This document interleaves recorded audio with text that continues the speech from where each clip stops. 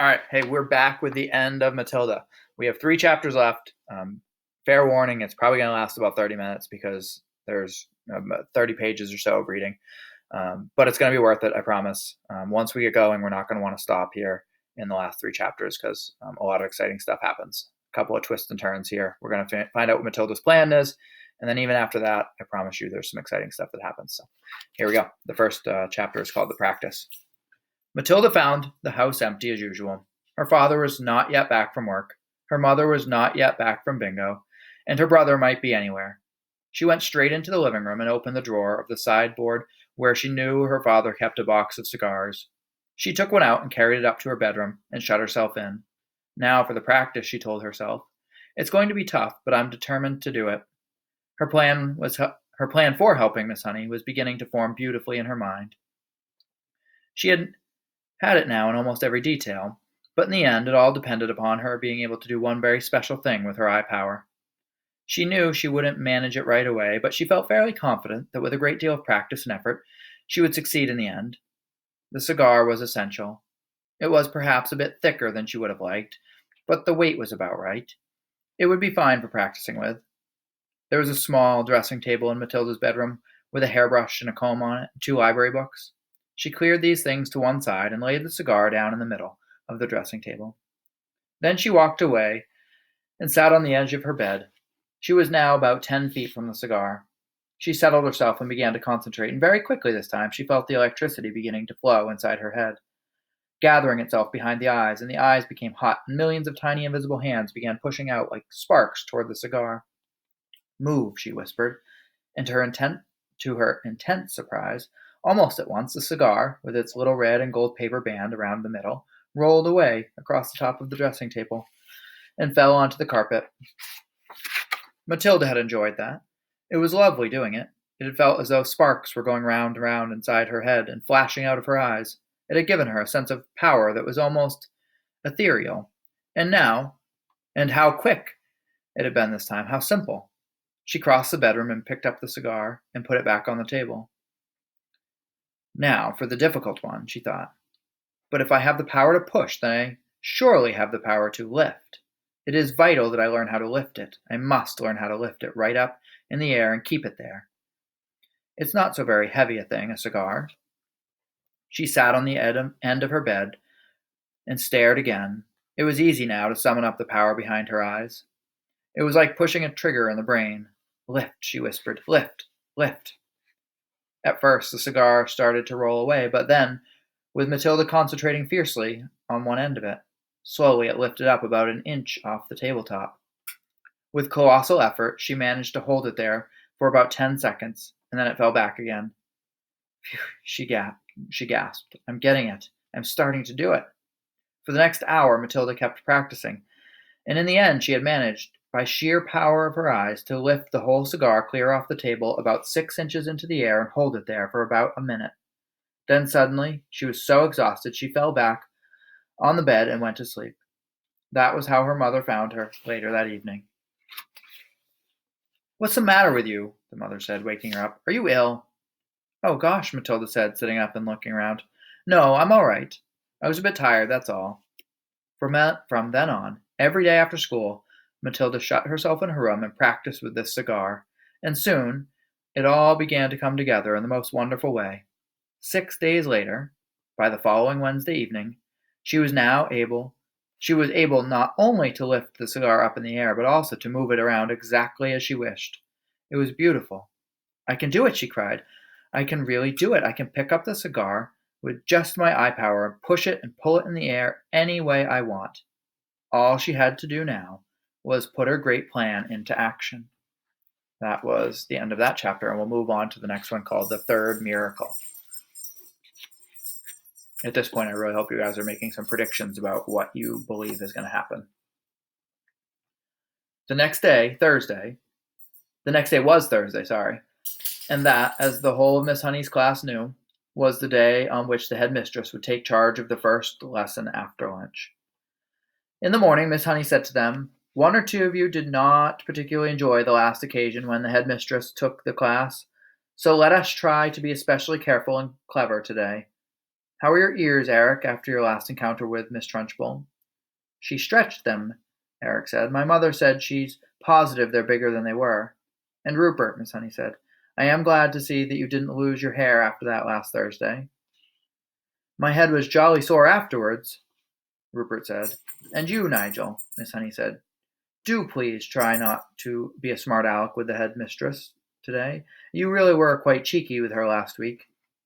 I hate her, Nigel said. Well, try not to make it so obvious, Miss Honey said. It doesn't pay. She's a very strong woman. She has muscles like steel ropes.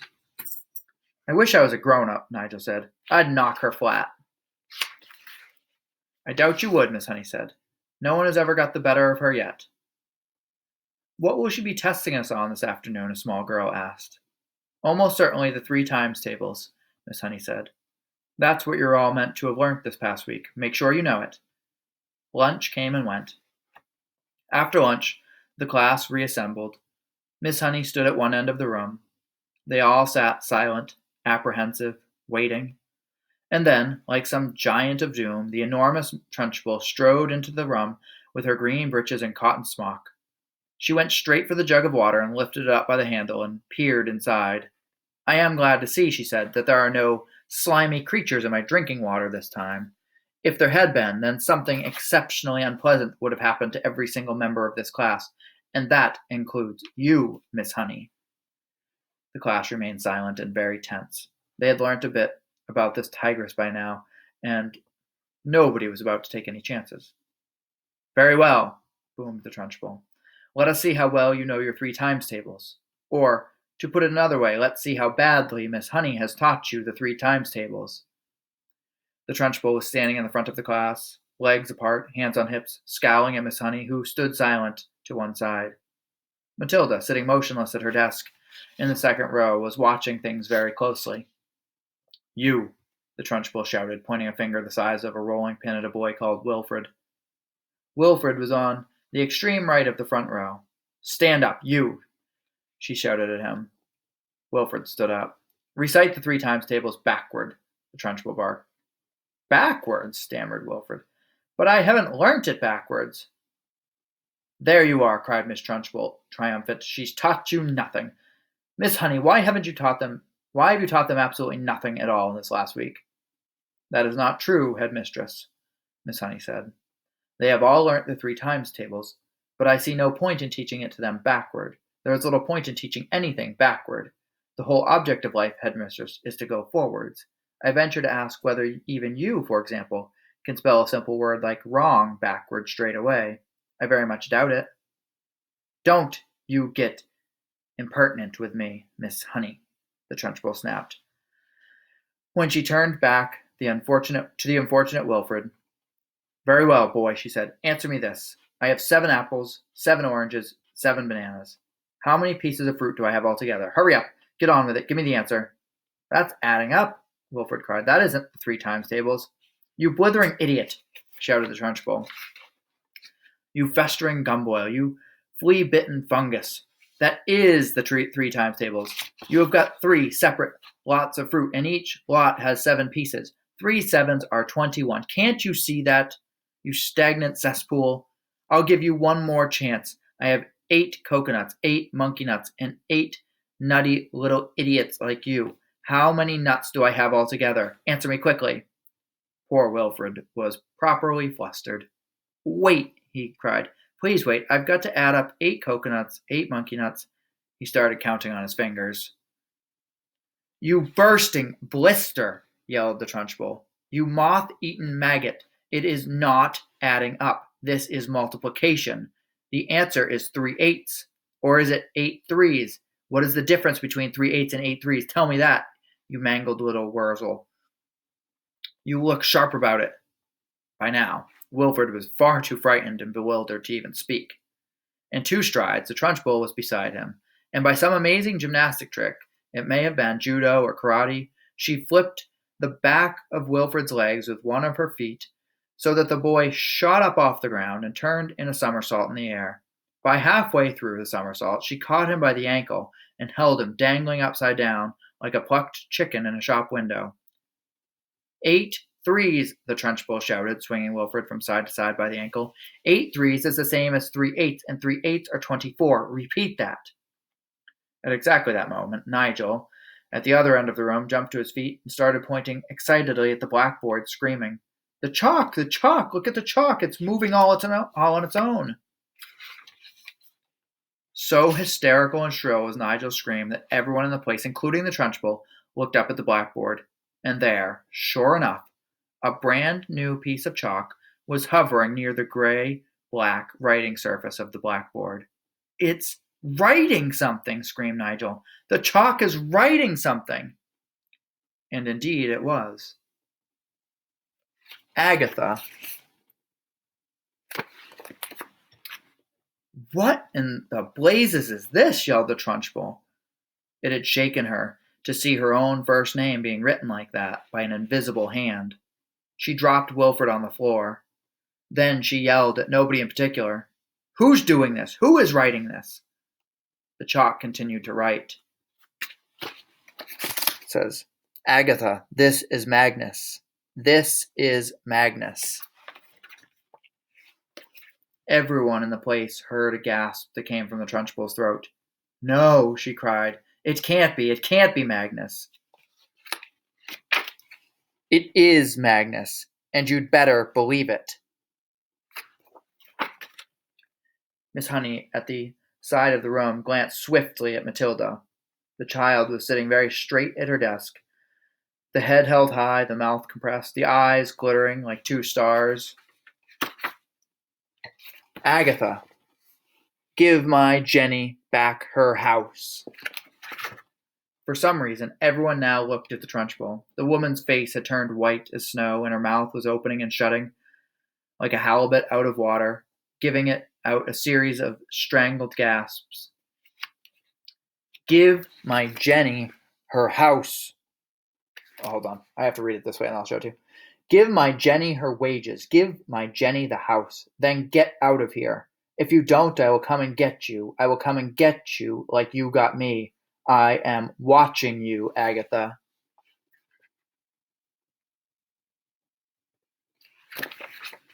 The chalk stopped writing. It hovered for a few moments. Then suddenly it dropped to the floor with a tinkle and broke in 2. Wilfred, who had managed to resume his seat in the front row, screamed, "Miss Trunchbull has fallen down! Miss Trunchbull is on the floor!" This was the most sensational bit of news of all, and the entire class had jumped out of their seats to really have a good look. There she was, a huge figure of the headmistress, stretched full length on her back across the floor, out for the count. I'll show you the picture of what that looks like. Miss Honey ran forward and knelt beside the giant. "She's fainted," she cried. "She's out cold. Someone go and fetch the matron at once." That would be like the nurse. 3 children ran out of the room. Nigel, always ready for action, leapt up and seized the big jug of water. "My father says cold water is the best way to wake someone who's fainted," he said, and with that he tipped the entire contents of the jug over the Trunchbull's head. No one, not even Miss Honey, protested. As for Matilda, she continued to sit motionless at her desk. She was feeling curiously elated. She felt as though she had touched something that was not quite of this world, the highest point of the heavens, the farthest stars.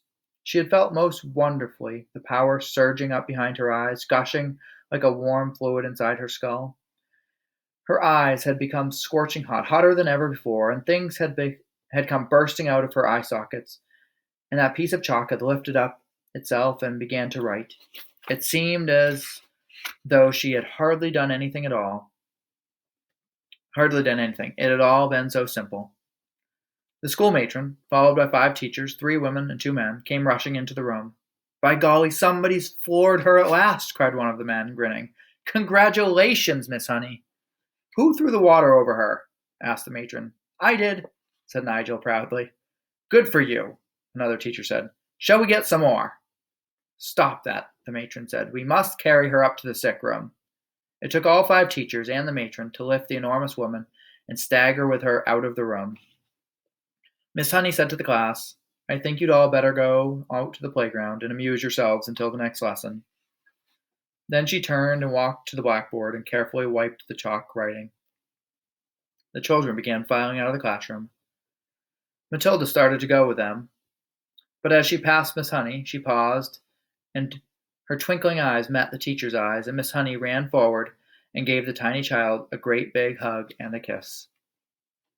And then we are on our last chapter called, well, I'm not going to tell you what it's called because that kind of gives it away. So I'll read it to you and you'll find out. Later that day, the news began to spread that the headmistress had recovered from her fainting fit and had marched out of the school building, tight-lipped and white in the face. The next morning, she did not turn up at school. At lunchtime, Miss Trilby, the deputy head, telephoned her to inquire if she was feeling unwell. There was no answer on the phone. When school was over, Mr. Trilby decided to investigate further, so he walked to the house where Miss Trunchbull had lived at the edge of the village. The lovely, small, red brick Georgian home known as the Red House, tucked away in the woods behind the hills. He rang the bell. No answer. He knocked loudly. No answer. He called out, "Is anybody home?" No answer. He tried the door and, to his surprise, found that it was unlocked. He went in. The house was silent, and there was no one in it, and yet all the furniture was still in place. Mr. Trilby went upstairs to the main bedroom. Here also everything seemed to be normal until he started opening drawers and looking into cupboards. There were no clothes or underclothes or shoes anywhere. They had all gone. "She's done a bunk," Mr. Trilby said to himself, and he went away to inform the school governors that the headmistress had apparently vanished. On the second morning, Miss Honey received in the registered post a letter from a firm of local solicitors informing her that the last will and testament of her late father, Dr. Honey, had suddenly and mysteriously turned up. This document revealed that ever since her father's death, Miss Honey had in fact been the rightful owner of a property on the edge of the village known as the Red House, which until recently had been occupied by Miss Agatha Trunchbull. The will also showed that her father's lifetime savings, which fortunately were still safely in the bank, had also been left to her. The solicitor's letter added that if Miss Honey would kindly call into the office as soon as possible, then the property and the money could be transferred into her name very rapidly. Miss Honey did just that, and within a couple of weeks she had moved into the Red House, the very place in which she had been brought up and where, luckily, all the family furniture and pictures were still around. From then on, Matilda was a welcome visitor at the Red House, and every single evening after school, and very close friendship began to develop between the teacher and the small child. Back at school, great changes were also taking place. As soon as it became clear that Miss Trunchbull had completely disappeared from the scene, the excellent Mr. Trilby was appointed head teacher in her place. And very soon after that, Matilda was moved up into the top form, where Miss Plimsoll quickly discovered that this amazing child was every bit as bright as Miss Honey had said. One evening, a few weeks later, Matilda was having tea with Miss Honey in the kitchen of the Red House after school, and as they always did, when Matilda said suddenly, "Something strange has happened to me, Miss Honey." "Tell me about it," Miss Honey said. "This morning," Matilda said, "just for fun, I tried to push something over with my eyes, and I couldn't do it. Nothing moved. I didn't even feel the hotness building up behind my eyeballs. The power had gone. I think I've lost it completely." Miss Honey carefully buttered a slice of brown bread and put a little strawberry jam on it. Right there, we see that her lifestyle has obviously changed a great deal because now she can have bread and jam and real butter rather than margarine like she had before. "I've been expecting something like that to happen," she said. "You have? Why?" Matilda asked. "Well," Miss Honey said, "it's only a guess, but here's what I think. While you were in my class, you had nothing to do, nothing to make you struggle. Your fairly enormous brain was going crazy with frustration. It was bubbling and boiling away like mad inside your head. There was tremendous energy bottled up in there and nowhere to go, and somehow or the other, you were able to shoot that energy out through your eyes and make objects move. But now, things are different. You're in the top form, competing against children more than twice your age, and all that mental energy is being used up in class. Your brain is, for the first time, having to struggle and strive to keep it really busy, which is great. That's only a theory, mind you. Maybe a silly one, but I don't think it's far off the mark.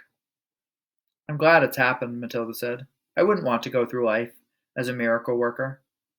You've done enough, Miss Honey said. I can still hardly believe that you made all this happen for me. Matilda, who was perched on a tall stool at the kitchen table, ate her bread and jam slowly. She did love these afternoons with Miss Honey. She felt completely comfortable in her presence, and the two of them talked to each other more or less as equals. Did you know, Matilda said suddenly, that the heart of a mouse beats at the rate of 650 times a second? I did not, Miss Honey said, still smiling. How absolutely fascinating. Where did you read that? In a book from the library, Matilda said. And that means it goes as fast as you can even hear separate beats. It must just sound like a buzz. It must, Miss Honey said. And how fast do you think a hedgehog heart beats? Miss Matilda asked. Tell me, Miss Honey said, smiling again. It's not as fast as a mouse, Matilda said. It's 300 times a minute. But even so, you wouldn't have thought that it went that fast in a creature that moves that slowly, would you, Miss Honey? I certainly wouldn't, Miss Honey said. Tell me one more. A horse, Matilda said. That's really slow. It's only 40 times a minute.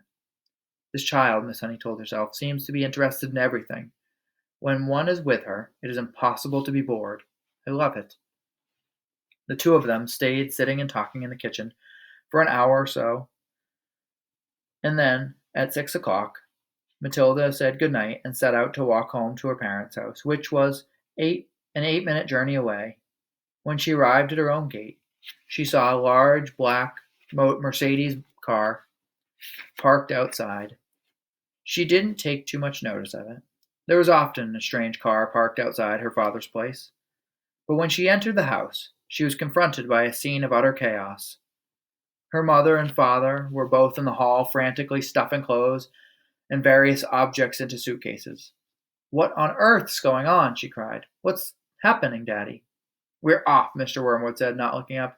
We're leaving for the airport in a half an hour, so you'd better get packed. Your brother's upstairs, all ready to go. Get a move on, girl. Get going. Off, Matilda cried. Where to? Spain, the father said. It's a better climate than this lousy country. Spain, Matilda cried. I don't want to go to Spain. I love it here. I love my school. Just do as you're told and stop arguing, the father snapped. I've got enough troubles without messing about with you. But, Daddy, Matilda began. Shut up, the father shouted. We're leaving in 30 minutes. I'm not missing that plane. But how long for, Daddy? Matilda cried. When are we coming back? We aren't, the father said. Now beat it. I'm busy. Matilda turned away from him and walked through the open front door. As soon as she was on the road, she began to run. She headed straight back toward Miss Honey's house and reached it in less than 4 minutes. She flew up the drive, and suddenly she saw Miss Honey in the front garden, standing in the middle of a bed of roses, doing something with a pair of clippers. Miss Honey had heard the sound of Matilda's feet racing over the gravel and now straightened up. That doesn't seem right. She heard the sound of Matilda's feet racing over the gravel, and now she straightened up and turned and stepped out of the rose bed as the child came running up. My, she said, what in the world is the matter? Matilda stood before her, panting, out of breath, her small face flushed crimson all over. They're leaving, she cried. They've all gone mad, and they're filling their suitcases, and they're leaving for Spain in about 30 minutes. Who is? Miss Honey asked quietly. Mummy and Daddy, my brother Mike, and they say that I've got to go with them. You mean for a holiday? Miss Honey asked. Forever, cried Matilda. Daddy said that we're never coming back. There was a brief silence. Then Miss Honey said, Actually, I'm not very surprised. You mean you knew they were going? Matilda cried. Why didn't you tell me? No, darling, Miss Honey said. I did not know they were going, but the news still doesn't surprise me. Why? Cried Matilda. Please tell me why. She was still out of breath from the running and from the shock of it all. Because your father, Miss Honey said, is in with a bunch of crooks. Everyone in the village knows it. My guess is that he's the receiver of stolen cars from all over the country. He's in it deep.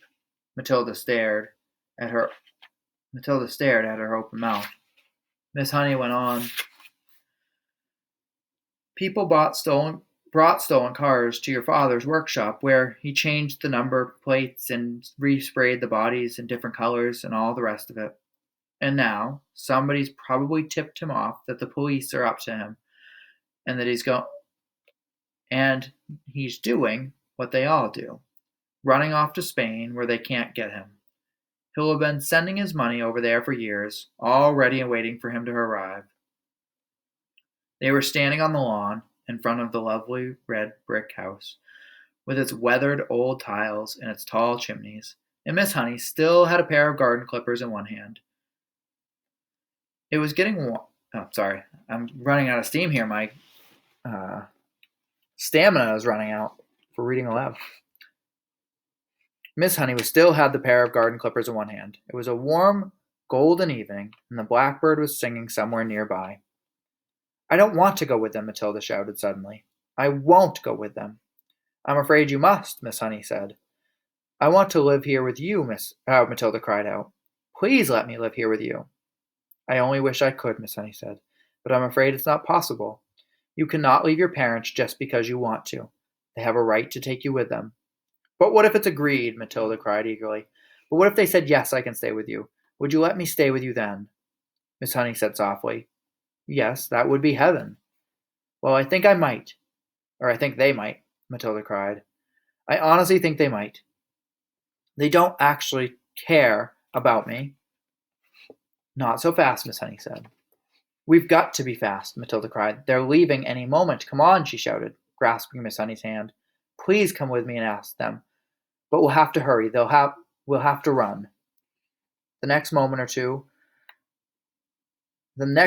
the two of them, I told you I was running out of stamina here. The next moment, the two of them were running down the drive and then out onto the road. Matilda was ahead, pulling Miss Honey after her by the wrist, and it was a wild and wonderful dash they made along the country lane and through the village and to the house where Matilda's parents lived.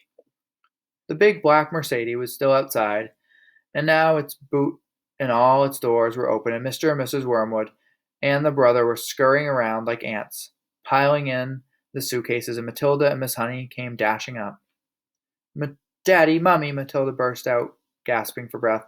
I don't want to go with you. I want to stay here and live with Miss Honey, and she says that I can, but only if you give permission. Please say yes. Go on, Daddy. Say yes, Mummy. The father turned to look at Miss Honey. You're that teacher woman who once came here to see me, aren't you? He said, and then he went back to stowing the suitcases in the car. His wife said to him, This one will have to go in the back seat. There's no more room in the boot. I would love to have Matilda, Miss Honey said. I would look after her with love and care, Mr. Wormwood. I would pay for everything. She wouldn't cost you a penny. But it's not my idea, it's Matilda's. And I will not agree to take her without your full and willing consent. Come on, Harry, the mother said, pushing a suitcase into the back seat. Why don't we let her go if that's what she wants? It'll be one less to look after. I'm in a hurry, the father said. I've got a plane to catch. If she wants to stay, let her stay. It's fine with me. Matilda leapt into Miss Honey's arms and hugged her, and Miss Honey hugged her back, and then the mother and father and brother were inside the car, and the car was pulling away with tires screaming. The brother gave a wave through the rear window, but the other two didn't even look back. Miss Honey was still hugging the tiny girl in her arms, and neither of them said a word as they stood there watching the big black car tearing round the corner at the end of the road and disappearing forever into the distance. And that is the end of Matilda. And my prediction was pretty close because it's now 29 minutes later, and I said I'd be about 30. I really like the ending to that book. I want to hear what you have to say about it. So if everybody is all caught up before we have our class Zoom meeting tomorrow, then we certainly can talk about it there. If everybody's not caught up, then we won't spoil it for people. But you most certainly can comment about it in the comment section, the comments in Google Classroom. So let's have a great discussion about the end of the book there. Let's talk about the miracle that happened. Let's talk about the very end where she ends up living with Miss Honey. Let's talk about how her parents left her without even saying goodbye or hugging her, or they were willing to give up their daughter completely and leave in their own self-interest. So that's an interesting point of view to look at. and then let's talk about how this book compares to Charlie and the Chocolate Factory and the characters that we met there. So we have lots to talk about. And with that, I'm off. Talk to you guys later.